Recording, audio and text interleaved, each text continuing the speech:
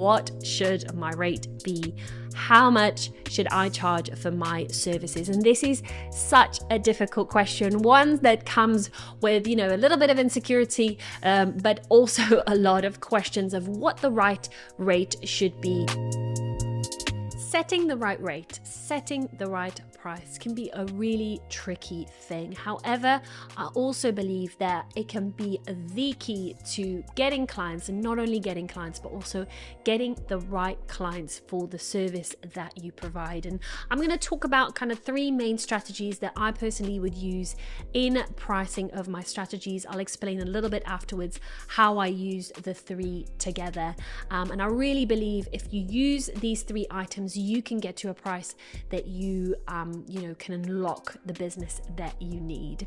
So the first strategy is the value strategy, where you go and you have a look at what value you believe you provide to the business. Either you can save this business a bunch of money by doing something for them, or either you can make them money by helping them make more sales. So look at what the service you provide represents in value for a company and charge in conjunction with that. You can do this either on a project base, so charge them for doing a particular task or, delivering a certain service, or you can do this by just charging hourly as you see what value you will provide to that company. Now, just want to make a little side note. If you do go down the project pricing strategy route, the most important thing here is that you and your client are on exactly the same page of what needs to be delivered at the end of the project. So often I've seen clients make changes along the way. I've seen clients change their mind about things. I've seen clients add specific feature to projects, which puts so much pressure on you as a service provider, and ultimately can really sort of, diminish the reward that you would have for this project. So make sure that you've got clear agreements with your clients that say, what do we do with changes? What do we do with add-ons? So that you don't end up being underpaid for the service that you provide. Secondly, I want to talk about the market comparison strategy. In the market comparison strategy, you are simply going to look at what's out there in the market. So who else is doing what I'm doing? How much are they charging? But also take into account how much experience do they have? What sort of clients do they work with? And maybe how much specific training have they had? What portfolio can they show? And sort of adjust your rate as you see yourself compared to others. This can be a great strategy if you work in a fairly competitive market, if you know your potential client will receive multiple offers, or if you know that client will be quite price sensitive. But a word of warning here would be that it can be very tempting, especially in the beginning of our business, to sort of undercut and underprice ourselves every single time in order to get business. Sometimes, we might get one or two clients there that might jump on that, but most of the time companies will really look at what value you provide and will actually think that because you're undercutting, there must be a reason and you might not be as good. And so as tempting as it might be in the beginning of running your business, try to make sure that you are on a good level and good rate that also makes you feel like you are getting value for your time. It can even be a little bit opposite, and sometimes it can be a good strategy if you are really excellent at the service you provide, if you are above others, if it's not entirely comparable what you offer to others, if you've got a specific angle or a specific quality, to really reflect that in your price as well, so that companies can also see that you offer a different kind of value or you have a different approach. The third strategy kind of flips the other strategies up on its head, as it doesn't look at the market, it doesn't look at your clients, but it actually looks at your business and the business you want to build. And you use this strategy by setting yourself an income goal. So this is the income goal strategy.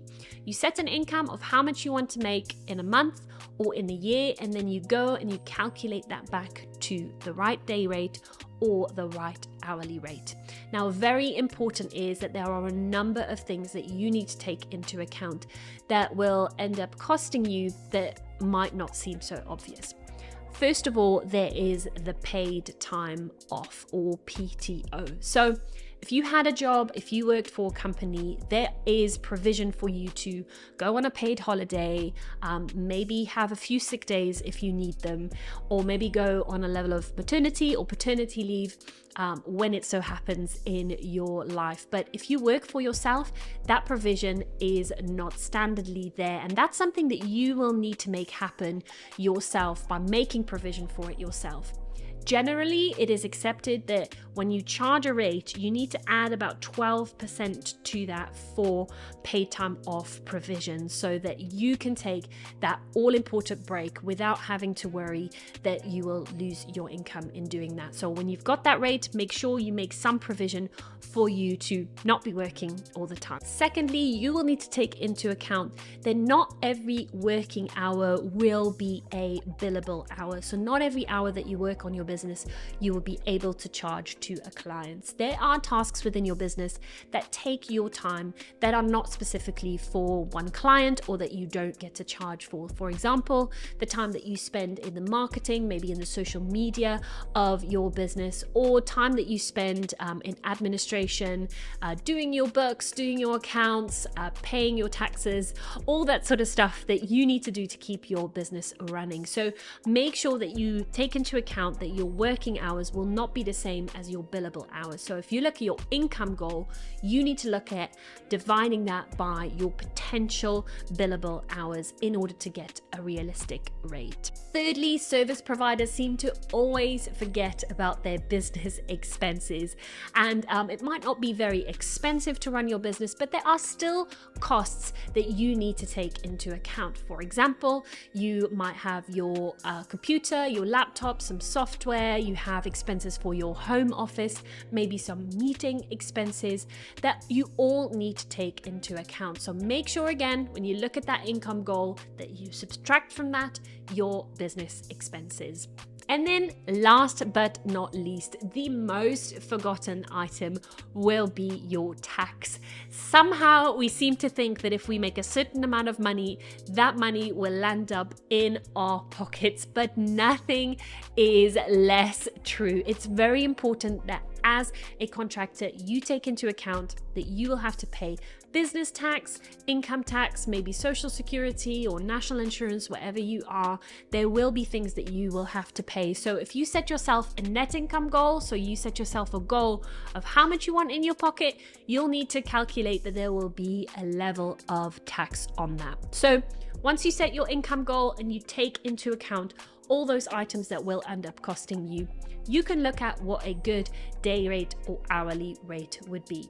Now, I personally really love this strategy because I think it's really powerful to drive your business and to really look at the future of your business rather than looking at what everyone else is doing. But how I usually approach it is I start with the income strategy, but for every client individually, I go and look at the value I provide. I go and look at what the market is doing in order to make sure that my pricing is right for the environment that I operate into as well. The last thing I'm going to leave you with is the most important thing you can do for your price is not just to set it and then never look at it again. It's so important to constantly monitor and adjust your rate. Getting the right rate for your business will no doubt be a journey of trial and error. So don't feel like you need to have that perfect price and then stick to it forever. It will evolve as you evolve, as your business evolves, as the market evolves. So make sure that your rate is something that you are constantly aware of and you're constantly willing to look at and adjust where needed.